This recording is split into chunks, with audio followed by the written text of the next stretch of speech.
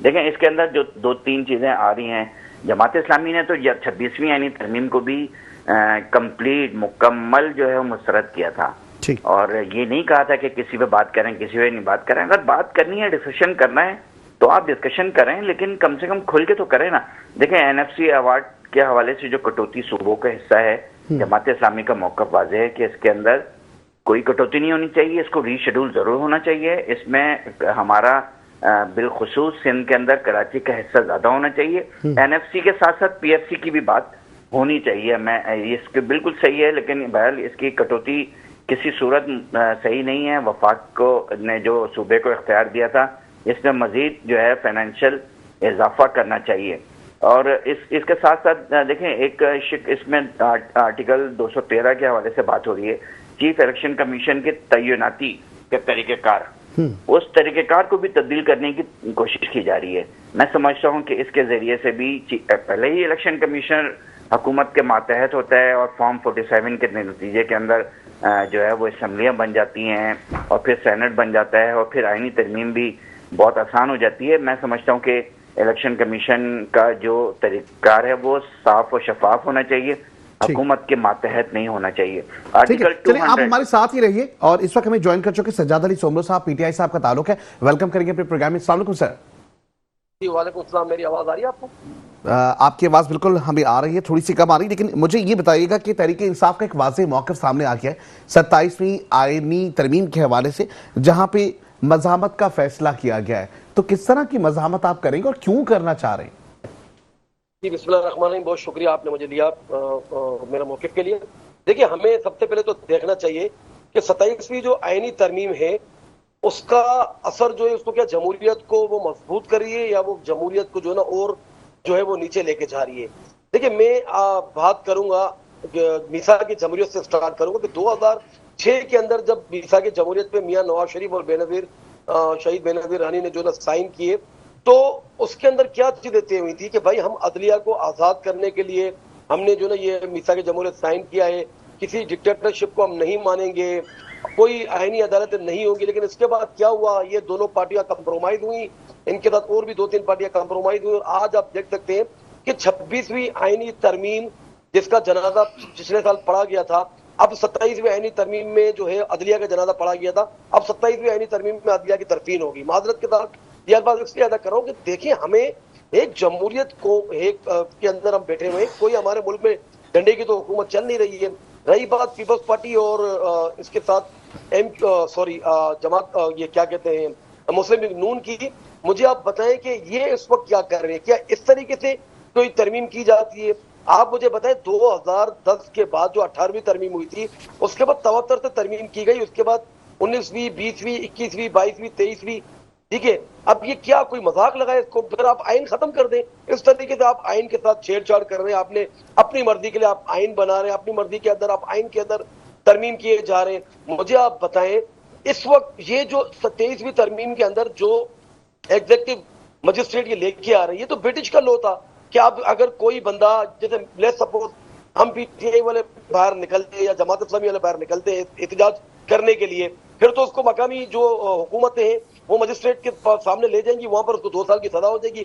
ہم کسی عدالت کے اندر اس کو اپیل بھی نہیں کر سکتے. تو بھائی یہ کوئی برٹش لو ہے، یہ پاکستان ہے، کوئی بنانا ریپبلک تو نہیں ہے. اس کے بعد پھر آپ دیکھیں کہ یہ صوبوں سے اختیارات لیے جا رہے ہیں. NFC ایوارڈ کے جو معاملات ہیں، اب وہ کہہ رہے بھائی ہم تعلیم جو ہے ایجوکیشن وفاق کے اندر جائے گی، پولیس جائے گی. تو مجھے ایک بات بتائیں، یا تو پھر وفاق کی حکومت مان لے کہ اس کے اندر ابھی جو MNS ہیں وہ اس سے پہلے MPS تھے، وہ صوبائی گورنمنٹ میں تھے تو وہ فیل ہو گئی، اب وہ یہاں پر ہے. کیا وفاق نے ابھی تک کوئی تیر مارا ہے کہ وہ جو ہے وہ مقامی جو لوکل گورنمنٹ ہے ان کے اختیارات بھی اپنے پاس رکھیں گے؟ آلریڈی وہ صوبوں کو تو اختیارات دے نہیں رہی ہیں، کوئی معاملات وہ آگے چلا نہیں رہی ہیں. فارم 47 کی حکومت کا کوئی حق نہیں بنتا کہ وہ جو ہے آئین کے اندر آ کے ترمیم کریں. یہ ترمیم تب ہوتی ہے کہ جب ایک اوریجنل حکومت بیٹھی ہو.